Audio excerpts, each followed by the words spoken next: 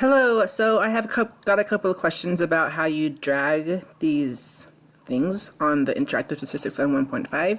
So you can grab them pretty easily. When you get the finger, you can grab them and move them around. And then you want to go and put them in here. So say I wanted to put this, again, I'm not doing the answers correct, I'm just showing you to demonstrate the dragging and dropping.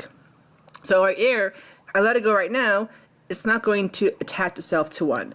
When you go through and you look when you drag, you can see how right now the outline of one changes. And so when I release my mouse now, it'll drag there. If I wanted to go through and put it on 2, I couldn't release it now because it's not highlighting number 2, so it wouldn't stay down there. So I have to go down and do it until it changes the box, the outline, because then I am actually able to drop my answer into the right spot. Okay, hopefully that helps, and good luck on the rest of your assignment. Okay, bye-bye.